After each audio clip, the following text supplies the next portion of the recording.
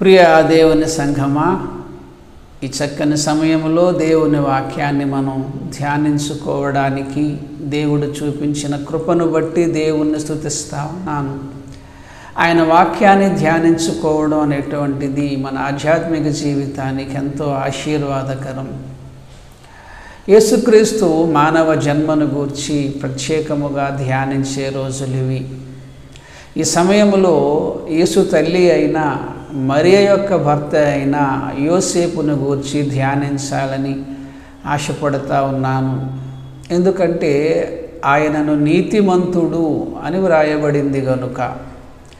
నీతిమంతులను జ్ఞాపకం చేసుకోవడం ఆశీర్వాదకరం గనుక నీతిమంతుడైన యోసేపు చరిత్రను మనం ధ్యానించడం ద్వారా మన ఆధ్యాత్మిక జీవితానికి ఎంతో మేలు కలుగుతూ ఉంది. అయితే యోసేపును గూర్చి బైబిల్లో చాలా తక్కువ ఇన్ఫర్మేషన్ ఇవ్వబడింది. తక్కువ ఇన్ఫర్మేషన్ ఇవ్వబడింది కదా అని ఆయనను తక్కువ వాడు అని అనడానికి మాత్రం వీలు లేదు. ఆయనలో చాలా సద్గుణాలు మనకు కనపడుతూ ఉన్నాయి. తక్కువ ఇన్ఫర్మేషన్నే మనం పరిశుద్ధాత్మ సహాయముతో ప్రార్థనాపూర్వకముగా ధ్యానిస్తే చాలా ఎక్కువ ఇన్ఫర్మేషన్ మనకు లభిస్తూ ఉంటుంది. అలాగే మరొక విషయం ఏమిటంటే ఆయన మాట్లాడిన మాటలు బైబిల్ గ్రంథమందు ఏమీ లేవు. ఆయన మాట్లాడిన మాటలు బైబిల్ గ్రంథములో ఏమీ లేవు గనుక ఆయన జీవితం ద్వారా మనం నేర్చుకోవలసినది ఏమీ లేదు అని చెప్పడానికి వీలు లేదు. మాటలు మాత్రమే కాదు, బ్రతుకు కూడా బోధ చేస్తుంది. ఈ విషయాన్ని మనం చాలాసార్లు ధ్యానించుకున్నాం. 1 పేతురు 3వ అధ్యాయము 2వ వచనము. 1 పేతురు 3వ అధ్యాయము 2వ వచనము. వారు భయముతో కూడిన మీ పవిత్ర ప్రవర్తనను చూచి వాక్యము లేకుండానే తమ భార్యల నడవడి వలన రాబట్టవచ్చును. భార్యలకు చెప్తా ఉన్నాడు, మీ భర్త ఒకవేళ అవిధేయుడిగా ఉంటే అలాంటి వారి దగ్గర మీరు పవిత్రంగా ప్రవర్తిస్తే, వాక్యము లేకుండానే అంటే వాక్యము వాళ్ళకి చెప్పకుండానే మీ పవిత్ర ప్రవర్తనను చూసి, అంటే ప్రవర్తనే వాక్యమైపోయింది. అక్కడ వాక్యమును బోధించటం కన్నా బలమైన సువార్త వాక్య ప్రకారంగా ప్రవర్తించటం. వాక్య ప్రకారంగా ప్రవర్తించటం ద్వారా అనేకులు క్రీస్తులోనికి వస్తారు. మీ భార్యల నడవడి వలన వారిని రాబట్టవచ్చు. మీ పరిశుద్ధ ప్రవర్తనను చూసి మీ భర్తలు మారి క్రీస్తులోనికి వస్తారు. అంటే వాక్యమునే బ్రతుకుగా మనం సమాజానికి చూపించినప్పుడు అనేకమైన ఆత్మలు క్రీస్తులోనికి వస్తాయి. ఇది ప్రకటించటం కన్నా గొప్ప సువార్త. ఒకసారి మత్తయి సువార్త 5వ అధ్యాయము 16వ వచనము. మనుష్యులు మీ సత్క్రియలను చూచి పరలోకమందున్న మీ తండ్రిని మహిమపరచునట్లు వారి ఎదుట మీ వెలుగు ప్రకాశింపనీయుడి.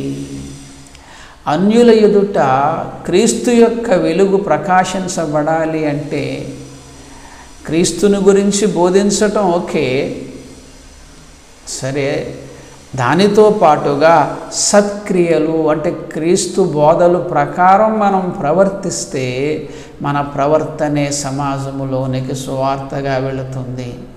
ఈ ప్రవర్తనా సువార్తను ఏ మతోన్మాది ఆపలేడు. ఎవ్వరూ ఆటంకాలను కలుగచేయరు దీనికి. నువ్వు క్రీస్తు వలె ప్రవర్తిస్తే నీ ప్రవర్తనే వారికి సువార్తగా వెళ్ళిపోతుంది. మౌనంగా కూడా బోధించవచ్చు ప్రవర్తన ద్వారా. యోసేపు మాట్లాడిన మాటలు వాక్యములో వ్రాయబడకపోయినా ఆయన బ్రతుకే ఒక గొప్ప పాఠముగా సమాజానికి వెళుతుంది. రెండు మిత్రులారా, యోసేపును గూర్చి కాసేపు ధ్యానం చేద్దాము. యేసు తల్లి అయిన మరియతో ఆయనకు ప్రధానం జరిగింది. కానీ వారిద్దరూ ఇంకా ఒక్కటి కాలేదు, ఏకం కాలేదు. వారిద్దరూ శరీర రీతిగా ఇంకా కలుసుకోలేదు. ఆ సమయంలోనే మరియమ్మ పరిశుద్ధాత్మ వలన గర్భము ధరిస్తుంది. లోకరక్షకుడైన యేసుక్రీస్తు భూమి మీదకు మానవుడిగా పుట్టాలి, మానవులందరి పాప శిక్షను ఆయన భరించి మానవాళికి రక్షణ కలిగించాలి అంటే యేసుక్రీస్తు కన్యకకే పుట్టాలి. స్త్రీ పురుషుల ఆ కలయిక ద్వారా యేసుక్రీస్తు పుడితే మానవులకు రక్షణ రాదు. కనుక ఆయన కన్యకకు మాత్రమే పుట్టాలి. లేఖనాలు కూడా అదే చెప్తా ఉన్నాయి. సో యేసుక్రీస్తు కన్యకకు పరిశుద్ధాత్మ వలన ఆయన మానవుడిగా భూమి మీదకు వస్తాడు. మరియమ్మ పరిశుద్ధాత్మ వలన గర్భము ధరించినది. మరియమ్మ గర్భము ధరించినది అన్న సంగతి యోసేపుకు తెలుస్తుంది, కానీ పరిశుద్ధాత్మ వలన గర్భము ధరించినది అన్న సంగతి యోసేపుకు తెలియదు. అలాంటి సమయంలో యోసేపు ఏమనుకుంటాడు అంటే, ఆమె ఒక మంచి ప్రవర్తన కలది కాదు అని ఆయన భావించి రహస్యముగా ఆమెను విడిచిపెట్టాలి అని ఆయన అనుకుంటాడు. ఒకసారి మత్తయి సువార్త 1వ అధ్యాయము 19వ వచనము, మత్తయి సువార్త 1:19లో ఆమె భర్త అయిన యోసేపు నీతిమంతుడై ఉండి ఆమెను అవమానపరచనొల్లక రహస్యముగా ఆమెను విడనాడ ఉద్దేశించెను. రహస్యముగా ఎందుకు ఆమెను విడిచిపెట్టాలనుకున్నాడు అంటే, సమాజ దృష్టిలో వాళ్ళిద్దరూ భార్యాభర్తలుగానే కనపడుతూ రహస్యముగా ఆమెను విడిచిపెట్టాలి. ఎందుకంటే ధర్మశాస్త్ర కాలములో వాళ్ళు ఉన్నారు కనుక ధర్మశాస్త్ర సంబంధమైన శిక్ష ఆమెకు పడి ఆమె అవమానించబడే అవకాశం ఉన్నది. ద్వితీయోపదేశకాండము 22వ అధ్యాయము 23వ వచనము, ద్వితీయోపదేశకాండము 22-23. కన్యకైన చిన్నది ప్రధానము చేయబడిన తరువాత ఒకడు ఊరిలో ఆమెను కలుసుకొని ఆమెతో శయనించిన ఎడల ఆ ఊరి గవిని యొద్దకు వారిద్దరిని తీసుకొని వచ్చి ఆ చిన్నది ఊరిలో కేకలు వేయకయున్నందున ఆమెను తన పొరుగువాని భార్యను అవమానపరిచినందున ఆ మనుష్యుని రాళ్లతో చావగొట్టవలెను.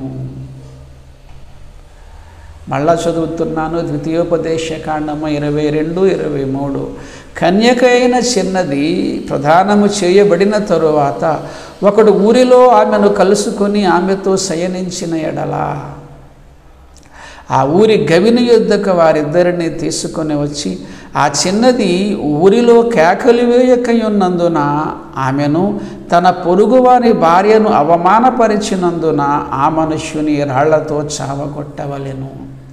నేను ఓపెన్గా ఈమె చెడ్డది అని కానీ సమాజానికి చెబితే అందరూ ఆమెను అవమానపరుస్తారు, అలాగే ఆమెను రాళ్లతో కొట్టి చంపేస్తారు.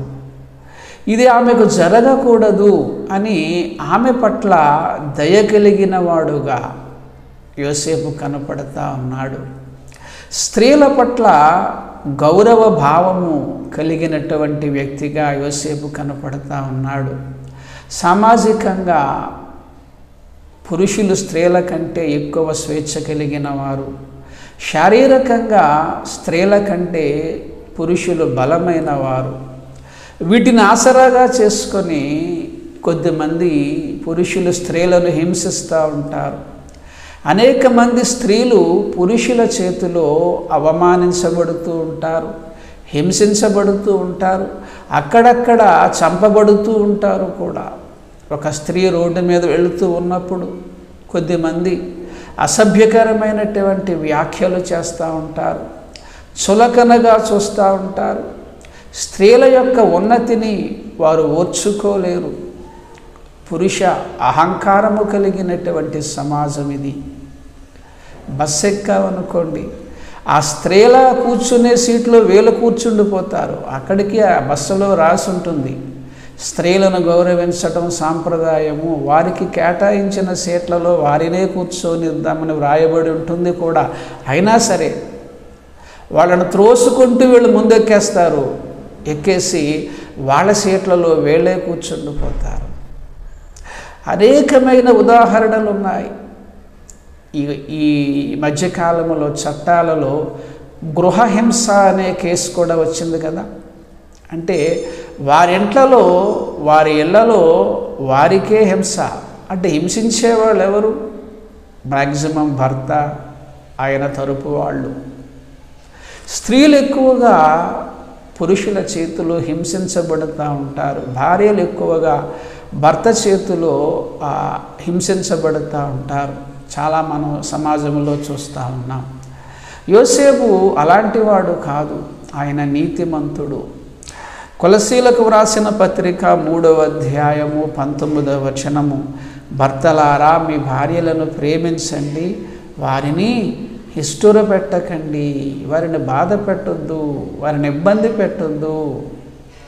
వాళ్ళు మీకన్నా బలహీనులు గనుక ఇంకా ఎక్కువగా వారిని ప్రేమించండి అని వాక్యం చెప్తా ఉన్నది. యోసేపు స్త్రీల పట్ల గౌరవ భావాలు కలిగిన వాడు, భార్యను ప్రేమించే వ్యక్తి కనుక ఆమెను అవమానపరచాలి అని ఆయన అనుకోలేదు. సమాజంలో వారు భార్యాభర్తలుగానే కనపడుతూ రహస్యముగా ఆమెకు దూరంగా ఉండాలి అని ఆయన అనుకున్నాడు. సో నీతిమంతుడైనటువంటి పురుషుడు స్త్రీలను గౌరవిస్తాడు, భార్యను ప్రేమిస్తాడు. యోసేపు ద్వారా మనం నేర్చుకోవలసిన ఒక చక్కని సంగతిది. అలాగే తరువాత దేవదూత వచ్చి మరి ఆయనకు ప్రత్యక్షతను కలుగచేసింది. ఒక్కసారి ఇదే మత్తయి సువార్త కింద వచనము 1:20 మనం చూడగలిగితే, అతడు ఈ సంగతులను గూర్చి ఆలోచించుకొనుచుండగా ప్రభువు దూత స్వప్నమందు అతనికి ప్రత్యక్షమై, దావీదు కుమారుడవైన యోసేపు, నీ భార్య అయిన మరియను చేర్చుకొనుటకు భయపడకుము, ఆమె గర్భము ధరించినది పరిశుద్ధాత్మ వలన కలిగినది, ఆమె ఒక కుమారుని కనును, తన ప్రజలను వారి పాపముల నుండి ఆయనే రక్షించును, కనుక ఆయనకు యేసు అని పేరు పెట్టవలెను. ఇదిగో కన్యక గర్భవతి అయి కుమారుని కనును, ఆయనకు ఇమ్మానుయేలని పేరు పెట్టుదురు అని ప్రభువు తన ప్రవక్త ద్వారా పలికిన మాట నెరవేరునట్లు ఇదంతయు జరిగెను. ఇమ్మానుయేలని పేరునకు దేవుడు మనకు తోడు అని అర్థము. ఇక్కడ మనం గమనించినట్లయితే యోసేపు దైవ ప్రత్యక్షత కలిగిన వాడు. ఆధ్యాత్మిక జీవితంలో దైవ ప్రత్యక్షత అనేటువంటిది అవసరమన్న విషయాన్ని ప్రతి క్రైస్తవుడు గమనించాలి. దైవ ప్రత్యక్షత ఉన్నప్పుడే మన హృదయము తెరవబడుతుంది. చదవబడినటువంటి వాక్యము మన హృదయము గ్రహించాలి అంటే మనకు ప్రత్యక్షత అవసరమై ఉన్నది. నేటి క్రైస్తవ్యములో అనేకమైన వివాదాలు, భేదాభిప్రాయాలు రావడానికి గల కారణము ప్రత్యక్షత లేకపోవటం. సరిగదా ప్రత్యక్షత ఈ కాలములో అవసరము లేదు అనేటువంటి వాదన కూడా ఉన్నది. వాక్యము పరిపూర్ణమైపోయినది కనుక ఇప్పుడు కళలు అలాంటివి ఏమీ ఉండవు, దైవ ప్రత్యక్షతలంటూ ఏమీ ఉండవు అనేటువంటి ఒక వాదన కూడా ఉన్నది. అది వాక్యానుసారమైన వాదన కాదు. యోవేలు గ్రంథములో అంత్యదినములలో ఈ ప్రవచనాలు అన్నీ ఉంటాయి, కళలన్నీ ఉంటాయి అని చెప్పబడింది. అంత్యదినములు అంటే ఎప్పటి నుంచి ఎప్పటి వరకు అంటే క్రీస్తు మానవునిగా వచ్చే కాలము నుంచి ఆయన రెండవ రాకడ వరకు ఈ కాలమంతా కూడా అంత్యకాలమే. ఈ అంత్యకాలమంతా కూడా ఆత్మవరాలు ఉంటాయి, ప్రవచనాలు, భాషలు, దర్శనాలు, కళలు. అనేక మంది భక్తులు దైవ ప్రత్యక్షతను పొందుకున్నారు. దైవ ప్రత్యక్షత ద్వారానే మనము సత్యమును తెలుసుకోగలము. ఆత్మ ప్రత్యక్షత, పరిశుద్ధాత్మను యొక్క ప్రత్యక్షత మనందరికీ ఉండాలి.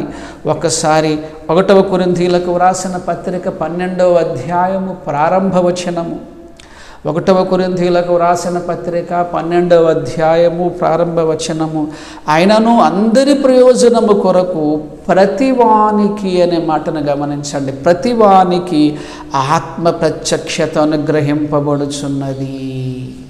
ప్రతివానికి. రక్షించబడిన ప్రతి క్రైస్తవుడు ఆత్మ వరములను కలిగి ఉండాలి. ఆత్మవరముల యొక్క ఆవశ్యకత ఏమిటి అనే ఒక విషయాన్ని నా ఛానల్లో మాట్లాడాను. ఇందులో చూడండి, స్ట్రీమ్ ఆఫ్ ట్రూత్లో. ఆత్మవరములు ఇప్పుడు ఉండవు అనే ఒక వాదన ఉన్నది. ఆ వాదన వాక్యానుసారమైనది కాదు. ఇక్కడ అయినను అందరి ప్రయోజనము కొరకు, అందరూ అనగా క్రైస్తవులందరి ప్రయోజనము కొరకు ప్రతివానికి ఆత్మ ప్రత్యక్షత అనుగ్రహింపబడుచున్నది. వాక్యమును చదివేస్తే వచ్చేస్తుంది అని చాలామంది అభిప్రాయం. వాక్యాన్ని అర్థం చేసుకోవాలంటే చదవాలన్నది కరెక్టే, కానీ ఆ చదువుతున్నది మన హృదయము గ్రహించగలగాలి అంటే ప్రత్యక్షత అనేటువంటిది అవసరమై ఉన్నది. ఒకసారి 1వ కొరింథీయులకు వ్రాసిన పత్రిక 2వ అధ్యాయము 12వ వచనము, 1వ కొరింథీయులకు వ్రాసిన పత్రిక 2:12లో, దేవుని వలన మనకు దయచేయబడిన వాటిని తెలుసుకొనుటకై మనము లౌకికాత్మను కాక దేవుని యొద్ద నుండి వచ్చు ఆత్మను పొంది ఉన్నాము. దేవుని వలన మనకు దయచేయబడిన వాటిని తెలుసుకొనుటకై, ఆల్రెడీ దయచేయబడ్డాయి. వాటిని తెలుసుకోవాలంటే మన లౌకికాత్మను కాక మన సొంత పరిశోధన, మన సొంత ఆలోచన ఇది కాక దేవుని యొద్ద నుండి వచ్చే ఆత్మను పొంది ఉన్నాము. ఆత్మ ప్రత్యక్షత కలిగిన వాళ్ళే వ్రాయబడిన వాక్యాన్ని గ్రహించగలరు. ప్రత్యక్షత లేకపోవటం వలననే ఇంత గలిబిలి అనేటువంటిది నేటి క్రైస్తవ్యములో చోటు చేసుకున్నది. ప్రత్యక్షత యొక్క అవసరత ఏమిటి అనేటువంటిది అనుభవించిన వాళ్లకు మాత్రమే అర్థమవుతుంది. అందుకనే ఆత్మానుభవము అనేటువంటిది మనందరి జీవితాలలో ఉండాలి ప్రియులారా. ఆత్మవరాల పేరిట అనేకమైన మోసాలు జరుగుతున్నాయి. ఈ కళలు, దర్శనాలు పేరిట అనేకమైన మోసాలు జరుగుతున్నాయి. ఓకే, నేను కాదన్నను. అలాగని ఈ ఆత్మ ప్రత్యక్షత ఇప్పుడు లేదు, ఈ ఆత్మవరాలు ఇప్పుడు లేవు అని మాత్రం చెప్పడానికి వీలు లేదు. దేవుని పేరిట చాలా మోసాలు జరుగుతూ ఉన్నాయి. అలాగని దేవుడు లేడు అని మనం అనడానికి వీలు లేదు. ఒక చెట్టు ఉంది, చెట్టులో కొన్ని కాయలు కుళ్ళిపోయాయి అనుకోండి, కొన్ని పళ్ళు కుళ్ళిపోయాయి. కుళ్ళిపోయిన పళ్ళను మాత్రమే విరిచి బయటకు పడేయండి, మొత్తం చెట్టును కొట్టేయద్దు. ఈ కళలు, దర్శనాలు పేరుతో చాలా మోసాలు జరుగుతున్నాయి. I know that. కానీ అలాగని చెప్పేసి దర్శనాలు, కళలు ఈ కాలంలో లేవు అని చెప్పడానికి వీలు లేదు. దైవ ప్రత్యక్షత అనేటువంటిది అన్ని కాలాలలో ఉంటుంది. అది అందరి ప్రయోజనము నిమిత్తము ప్రతి వానికి ఆత్మ ప్రత్యక్షత అనుగ్రహించబడింది. ఇక్కడ యోసేపు భక్తుడు, ఆయన నీతిమంతుడు గనుక ఆయనకు దైవ ప్రత్యక్షత అనేటువంటిది కలిగింది. అతడు ఈ సంగతులను గురించి ఆలోచించుకొనుచుండగా ప్రభువు దూత స్వప్నమందు అతనికి ప్రత్యక్షమై, దావీదు కుమారుడవైన యోసేపు, నీ భార్య అయిన మరియను చేర్చుకొనుటకు భయపడకము, ఆమె గర్భమున ధరించినది పరిశుద్ధాత్మ వలన కలిగినది. ఆమె ఒక కుమారుణ్ణి కనును, తన ప్రజలను వారి పాపముల నుండి ఆయనే రక్షించును గనుక ఆయనకు యేసు అని పేరు పెట్టుదు అనెను. ఆయనే అనే మాట చాలా ప్రాముఖ్యమైన మాట. ఆయనే అనే మాట బైబిల్లో దేవునికి మాత్రమే వ్రాయబడింది. అది గమనించండి. బైబిల్లో ఆయన అనే పదం చాలా ప్రాముఖ్యమైనది. యేసుక్రీస్తు నేనే ఆయనను అంటాడు. నేనే ఆయనను. ఆయనే అనే మాట దేవుడు అనే భావాన్ని తెలియచేస్తుంది. ఆత్మ ప్రత్యక్షత కలిగిన వాడే ఈ విషయాన్ని తెలుసుకుంటాడు. ఆయనే అనగానే అక్కడ యేసుక్రీస్తు అని అందరూ అంటారు. సరే, యేసుక్రీస్తు అన్నది కరెక్టే, కానీ ఆయనే అనే పదము ఒక ప్రత్యేకమైన భావము బైబిల్ గ్రంథములో వ్రాయబడింది. అది దేవునికి ఒక్కనికి మాత్రమే వ్రాయబడిన పదముగా మనం గుర్తించాలి. ఆయనే రక్షించును. అంటే యేసుక్రీస్తు దేవుడు అనే ఒక ప్రత్యక్షత యోసేపుకు తెలియచేయబడింది. ప్రేమిత్రులారా, యేసుక్రీస్తు యొక్క దైవత్వాన్ని తెలుసుకోవడానికి ఆత్మ ప్రత్యక్షత అవసరమై ఉన్నది. ఈ కాలంలో ఒక విచారకరమైన విషయం ఏమిటంటే, యేసుని దేవుడు కాదు అనే క్రైస్తవుల సంఖ్య పెరుగుతుంది. అది విచారకరం. అన్యుల విషయం పక్కకు పెట్టండి. క్రైస్తవ్యములోనే కొద్దిమంది యేసుని దేవుడు కాదు అంటున్నారు. కొద్దిమంది ఏమో చిన్న దేవుడు అంటున్నారు, రెండవ దేవుడు అంటున్నారు, పూజించకూడదంటున్నారు, ప్రార్థించకూడదంటున్నారు, పుట్టాడంటున్నారు. పుట్టేవాడు దేవుడు ఎలా అవుతాడు? పూజకు లేక ఆరాధనకు అర్హుడు కానివాడు దేవుడు ఎలా అవుతాడు? కానీ దేవుడు అంటారు. ఈ గలిబిలు రావడానికి కారణం ఏమిటంటే ప్రత్యక్షత లేకపోవడం. యేసుక్రీస్తు దేవుడని బైబిల్లో ఒక్క వచనములో కూడా లేదు అంటారు. ఆయన ఎక్కడా కూడా ఒక్కసారి కూడా నేను దేవుడిని చెప్పుకోలేదు అంటారు. ఆయన దేవుడిని బైబిల్లో చెప్పుకున్నాడు. ఆయన దేవుడని బైబిల్లో చాలాసార్లు ఉంది. కానీ ప్రత్యక్షత కలిగిన వారే ఆ విషయాన్ని గ్రహిస్తారు. యోసేపుకు కలిగిన ప్రత్యక్షత ఒక ప్రాముఖ్యమైన వ్యక్తిని గూర్చి. అలాగే ఆయనే రక్షించును అంటే రక్షకుడు కన్యకకే పుట్టాలి అన్న సంగతి కూడా యోసేపుకు తెలియజేపింది. రక్షించబడాలంటే కన్యకకే పుట్టాలా? అవును, కన్యకకే పుట్టాలి. భార్యాభర్తల కలయిక ద్వారా యేసు పుట్టే అవకాశము లేదు. ఆయన పరిశుద్ధుడు. ఆయన రక్తము పరిశుద్ధమైనది. పరిశుద్ధ రక్తము ద్వారానే సర్వమానవాళికి పాప విమోచన జరుగుతుంది. ఆ సంగతి యోసేపుకు తెలియచేయబడింది. ప్రత్యక్షత కలిగి ఉండాలి. ప్రత్యక్షత కలిగి ఉండాలి. తన ప్రజలను వారి పాపముల నుండి ఆయనే రక్షించును గనుక ఆయనకు యేసు అని పేరు పెట్టవలెను. అంటే మానవ రక్షణకు కన్యకకు పుట్టడానికి సంబంధం ఉన్నది. ఆ సంగతి యోసేపుకు తెలియచేయబడినది. ఆయనే అనే మాటలో ఆయన దేవుడు అనే భావం ఉన్నది. ఆ విషయం యోసేపుకు తెలియచేయబడినది. ప్రత్యక్షతలో ఉన్న ప్రత్యేకత అదే. ఆ పదాలు ఒక ప్రత్యేకమైన భావాన్ని తెలియచేస్తాయి. అవి ప్రత్యక్షత కలిగిన వారు మాత్రమే గ్రహించగలుగుతారు అని. అలాగే యేసు అని పేరు పెట్టవలెను. ఇదిగో కన్యక గర్భవతి అయి కుమారుణ్ణి కనును, ఆయనకు ఇమ్మానుయేల్ అని పేరు పెట్టుదురు. లేఖనాలలో వ్రాయబడిన ఒక వచనాన్ని కూడా ఇక్కడ దేవదూత ప్రస్తావిస్తున్నాడు. దీని ద్వారా మనం తెలుసుకోవలసినది ఏమిటి అంటే, దైవ ప్రత్యక్షత వాక్యమునకు విరోధముగా ఉండదు. చాలామంది దేవుడు నా కల్లో ఇలా చెప్పాడు, నాకు దర్శనం వచ్చిందని చాలామంది చెప్తూ ఉంటారు కదా.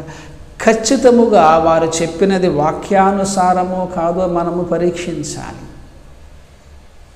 దేవదూత ఆయన ఒక విషయాన్ని చెబుతూ, కలలో ఒక విషయాన్ని చెబుతూ దానికి సంబంధించిన లేఖనాన్ని చూపిస్తున్నాడు. ఇక్కడ దైవ దర్శనాలు, కలలు ఇలాంటివి ఖచ్చితముగా అవి వాక్యానుసారముగానే ఉంటాయన్న సంగతిని మనం గ్రహించగలిగితే ఈ కళల ద్వారా మోసపోయే అవకాశం ఉండదు. చాలామంది నాకు దేవుడు కళలో ఇలాగ చెప్పాడు, నాకు రాత్రి దర్శనం ఇచ్చాడని చాలామందిని మోసగిస్తున్నారు.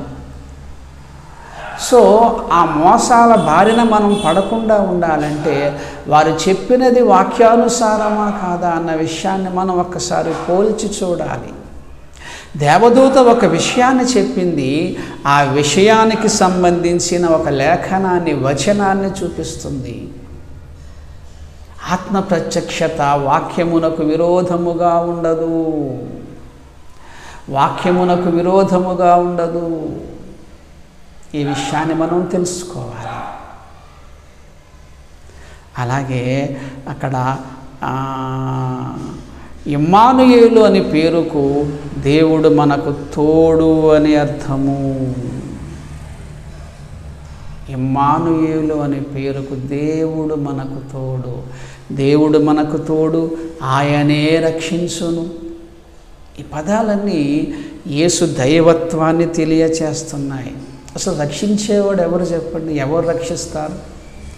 యేసును అందరూ రక్షకుడుగా ఒప్పుకుంటున్నారు, కానీ ఆయన దేవుడైన రక్షకుడు. యేసును దేవుడు కాదు అనేవాళ్ళు రక్షకుడని ఒప్పుకుంటారు. రక్షకుడని ఒప్పుకుంటే దేవుడను కూడా ఒప్పుకొని తీరాల్సిందే. దానికి సంబంధించిన వాక్యాధారము యెషయా గ్రంథము 45వ అధ్యాయము 21వ వచనము. రక్షించువాడను నేనే, రక్షించువాడను నేనే. చూసారా? నేను తప్ప మరి ఏ దేవుడునూ లేడు. ఇదే మాట చూడండి, ఆయనే రక్షించును, ఆయనే రక్షించును. ఇక్కడ ఆయనే అనే మాట యేసుక్రీస్తుకి. ఇక్కడ రక్షించువాడను నేనే అంటున్నాడు. ఇక్కడ నేనే అంటే నేను తప్ప మరి ఏ దేవుడు లేడు అంటే ఇక్కడ ఆయనే అంటే ఎవరు? దేవుడు. దేవుడు రక్షించువాడు దేవుడే. దేవుడు తప్ప మరి ఎవ్వరూ రక్షించలేడు, దేవుడే రక్షిస్తాడు. ఇదే భావము, ఆయనే రక్షించును. ప్రత్యక్షత కలిగిన వారు యేసుక్రీస్తు దేవుడు అనే సత్యాన్ని తెలుసుకుంటారు. ప్రియమిత్రులారా, యోసేపు వలె మనము కూడా ప్రత్యక్షత కొరకు ప్రార్థించాలి.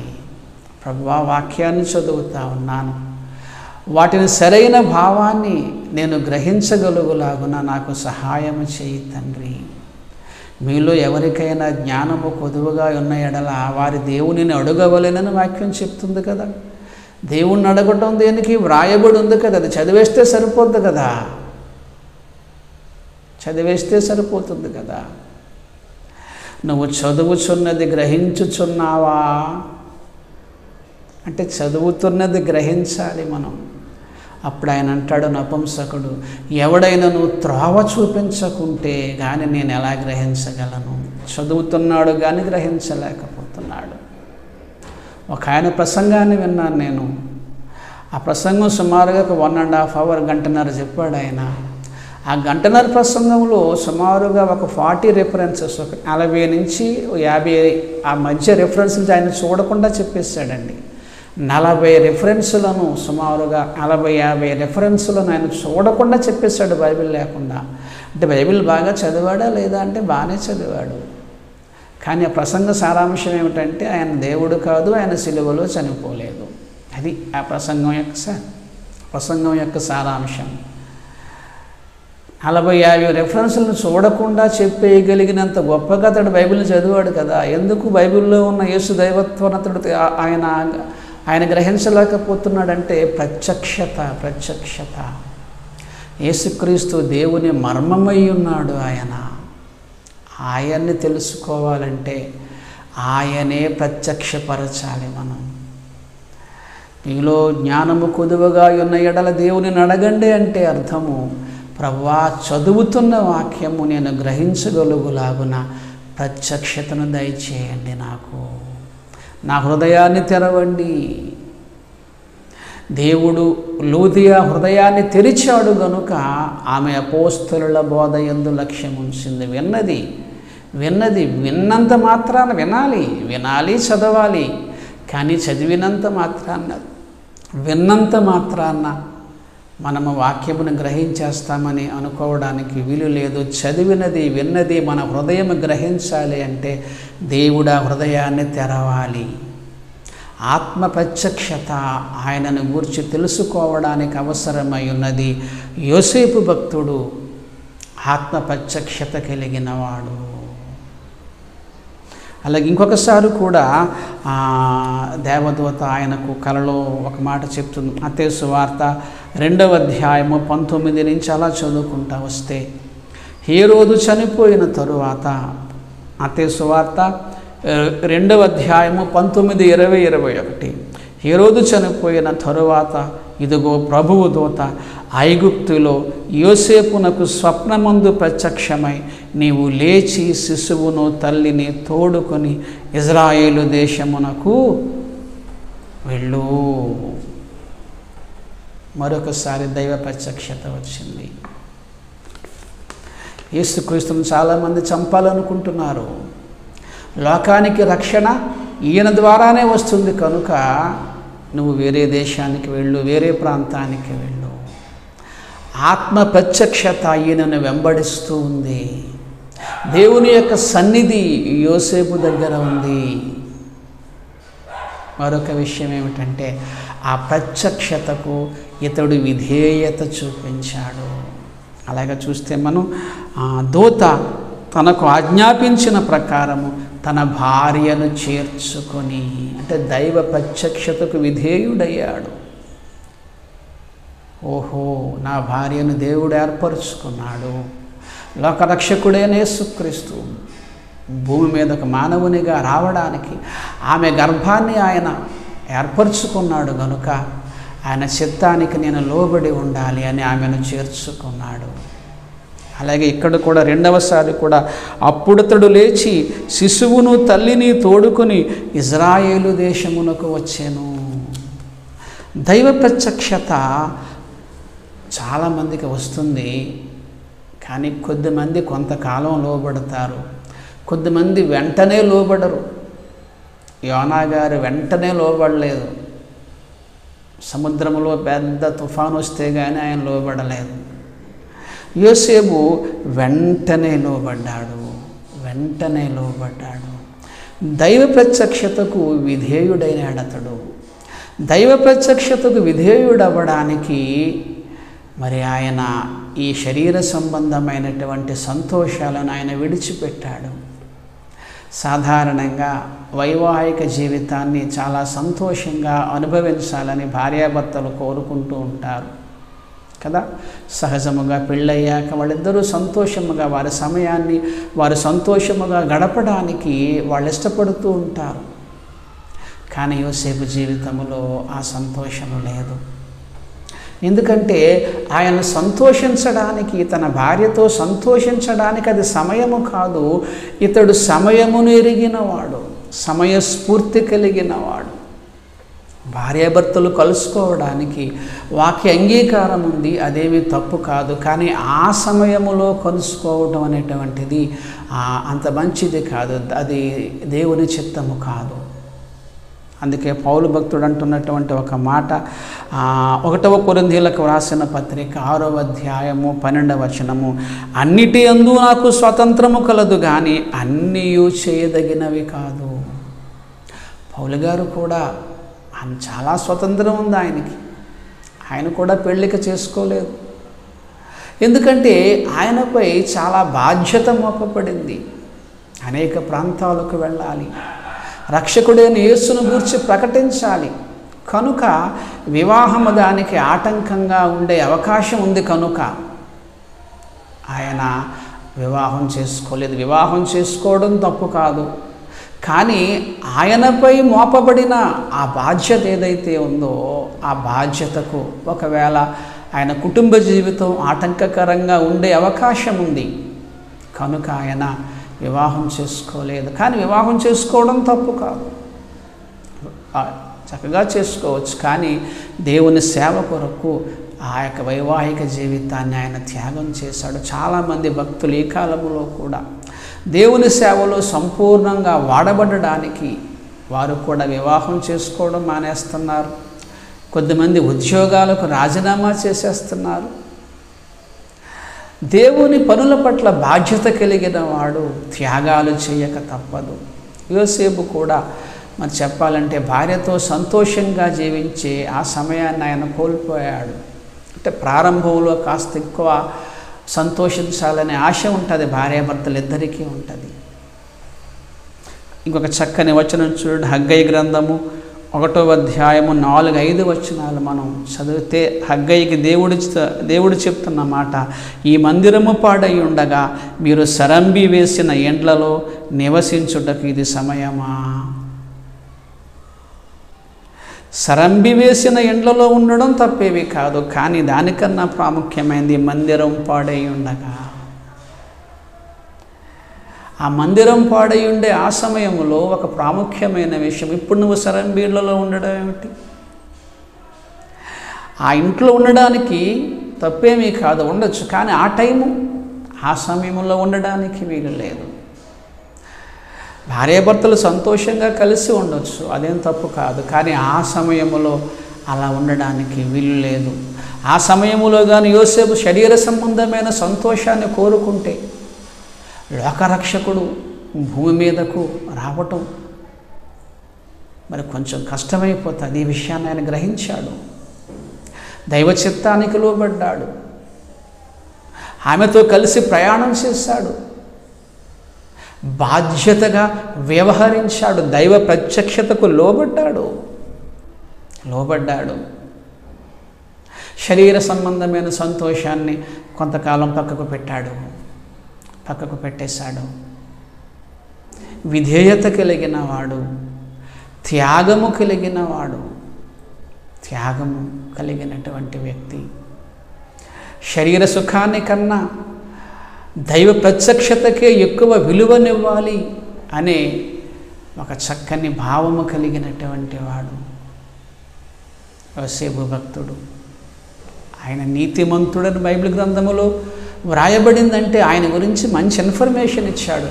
మనం కొంచెం ఆలోచిస్తూ ప్రార్థనాపూర్వకముగా చదవగలిగితే ఆయన నీతిమంతుడు, స్త్రీలను గౌరవించేవాడు, భార్యను ప్రేమించేవాడు, దయాగుణం కలిగినటువంటి వాడు, దైవ ప్రత్యక్షత కలిగినటువంటి వాడు, దేవుడెవరో ప్రత్యక్షత ద్వారా తెలుసుకున్నవాడు, ప్రత్యక్షతకు లోబడినవాడు, సమయస్ఫూర్తి కలిగినటువంటి వాడు, దేవుని చిత్తాన్ని నెరవేర్చడానికి త్యాగము చేసినటువంటి వ్యక్తి. అలాగే ఇంకా మనం చదవగలిగితే ప్రియులారా, లూకాసు వార్త 2వ అధ్యాయము 33వ వచనము, లూకాసు వార్త 2వ అధ్యాయము 33వ వచనము. యోసేపును ఆయన తల్లియు ఆయనను గూర్చి చెప్పబడిన మాటలను విని ఆశ్చర్యపడిరి. మళ్ళా చదువుతున్నాను. యోసేపును ఆయన తల్లియు అనగా మరియయు ఆయనను గూర్చి చెప్పబడిన మాటలను విని ఆశ్చర్యపడిరి. అంటే దేవుని గూర్చిన ఆశ్చర్యకరమైన సంగతులు యోసేపుకు తెలియచేయబడ్డాయి. వినయము గల వారి వద్ద జ్ఞానం ఉన్నది. దైవ ప్రత్యక్షత ద్వారా కొంత విషయాన్ని తెలుసుకున్నాడు. ఒక భక్తుని ద్వారా, సుమయోను భక్తుని ద్వారా మరికొన్ని సంగతులు ఆయన తెలుసుకున్నాడు. ఆశ్చర్యకరమైన సంగతులు తెలుసుకున్నాడు. 119వ కీర్తన 18వ వచనము, నేను నీ ధర్మశాస్త్రమునందు ఆశ్చర్యమైన సంగతులు చూచినట్లు నా కన్నులు తెరువుము. చదివేస్తే సరిపోద్ది కదా, మళ్ళీ కన్నులు తెరువుము అంటున్నాడేంటి? దీన్నే ప్రత్యక్షత అంటాడు. దేవుడు ఆశ్చర్యకరుడు. ఆయన చేసినవి అనేకమైన ఆశ్చర్యకార్యాలు ఉన్నాయి. అవి మనం తెలుసుకున్నప్పుడు మన విశ్వాసం బాగా బలపడుతుంది. ఇంకా దేవుని గూర్చిన ఆశ్చర్యకరమైన సంగతులు యోసేపునకు తెలియచేయబడ్డాయి. అలాగే 34 లూకాసు వార్త 2:34 సుమయోను వారిని దీవించి, వారిని అంటే అందులో యోసేపు కూడా ఉన్నాడు, వారిని దీవించాడు. దేవుడు మానవులను నేరుగా దీవిస్తాడు, ఒక్కోసారి కొద్దిమంది భక్తుల ద్వారా కూడా దీవిస్తాడు. ఒక్కసారి ఆదికాండము 27:30 మనం చూడగలిగితే, ఆదికాండము 27:30 మనం చూడగలిగితే, ఇస్సాకు యాకోబును దీవించుటైన తరువాత, యాకోబును ఇక్కడ ఇస్సాకు దీవించినట్టుగా ఉంది. వాస్తవానికి యాకోబును దీవించింది దేవుడే, కానీ ఇస్సాకు ద్వారా దీవించాడు. అలాగే యోసేపును కూడా దీవించింది దేవుడే, కానీ సుమయోని భక్తుని ద్వారా దీవించాడు. అనగా యోసేపు దేవుని చేత దీవించబడినవాడు, దేవుని చేత ఆశీర్వదించబడినవాడు. చూసారా ఎన్ని లక్షణాలు మనకు కనపడుతున్నాయో. యోసేపు నీతిమంతుడు, స్త్రీలపై గౌరవ భావాలు కలిగినటువంటి వాడు, భార్యను ప్రేమించే వ్యక్తి, దైవ ప్రత్యక్షతను కలిగిన వ్యక్తి, దైవ ప్రత్యక్షతలో దేవుని గూర్చిన సంగతులు అలాగే ఆశ్చర్యకరమైన సంగతులను కూడా తెలుసుకున్న వ్యక్తి, దైవ ప్రత్యక్షతకు లోబడినటువంటి వ్యక్తి, దైవ ప్రత్యక్షతకు లోబడడానికి మరి శరీర సంబంధమైనటువంటి సంతోషాలను త్యాగం చేసినటువంటి వ్యక్తి,